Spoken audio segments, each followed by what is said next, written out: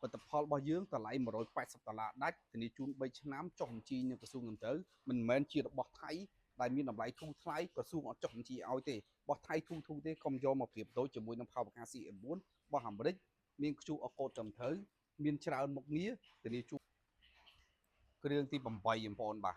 គាត់ទៅឡើងស្រួលជិះឥឡូវគាត់ឡើងថែមទៀតគាត់ទៅឡើងមុនដំបង Mazda ហើយទៅឡើងឆលលេខ Ford អូច្រើនណាស់បងប្អូនបាទឥឡូវគាត់មកថែម S150 នេះមួយគ្រឿងទៀតហើយខ្ញុំបញ្ជាក់ប្រាប់បងប្អូនថាផលិតផលរបស់យើងរបស់អាមេរិកធានាជូន3ឆ្នាំមាន QR code ត្រឹមត្រូវ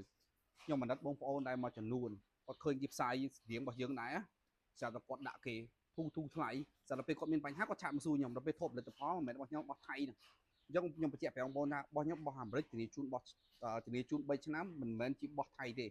បស់យើងគឺបានចុះបញ្ជីនៅក្រសួងនឹងទៅធានាជូន3ឆ្នាំផលិតផលថៃធូរថ្លៃខ្ញុំធ្លាប់លក់ដែរបងប្អូនមើលក្នុង page ហ្នឹងខ្ញុំលក់តែ$70ទេរបស់ថៃតែដោយសារទី1វាមានបញ្ហាច្រើនទី2ក្រសួងអត់ចុះបញ្ជីឲ្យទេផលប្រខា CM9 របស់អាមេរិកធានាជូន3ឆ្នាំមាន QR code ត្រឹមត្រូវផ្ដាច់មុខនៅកម្ពុជាអត់មានពីណាគេលក់បានទេប្រសិនបើមានតែគេលក់ផលិតផលនេះបងប្អូនអាចឆាតមកប្រាប់ខ្ញុំនឹងជូនទៅគុណជាទីគ្រប់ចិត្តព្រោះផលិតផលនេះខ្ញុំបានចុះម៉ាកសញ្ញានៅក្រសួងផ្ដាច់មុខនៅកម្ពុជាបញ្ជាក់ពីគុណភាពចុះបញ្ជីនៅក្រសួងច្បាស់លាស់ពីគុណភាពរបស់វាបាទហើយធានាជូនរហូតដល់3ឆ្នាំតឡើងទៅលើឡាន1នាទីរស់អត់មាន set up ញ៉ៃអត់ធ្វើទុកអត់ដេកអត់ air ឬអត់រោគាចោលបាទបញ្ជាក់លុកដោយគុណភាពលុកដោយសេចក្តីថ្លៃថ្នូរ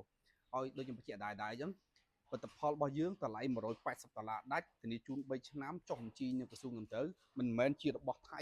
ដែលមានតម្លៃធូរថ្លៃក្រសួងអត់ចុះបញ្ជីឲ្យទេរបស់ថៃធូរទេកុំយកមកប្រៀបប្រដូចជាមួយនឹងផលប្រកាស CM4 របស់អាមេរិកមាន QR code ត្រឹមត្រូវមានច្រើនមុខងារធានាជូន3ឆ្នាំបងប្អូនកុំភ្លេចមើលប្រអប់ផងបាទសូមអរគុណ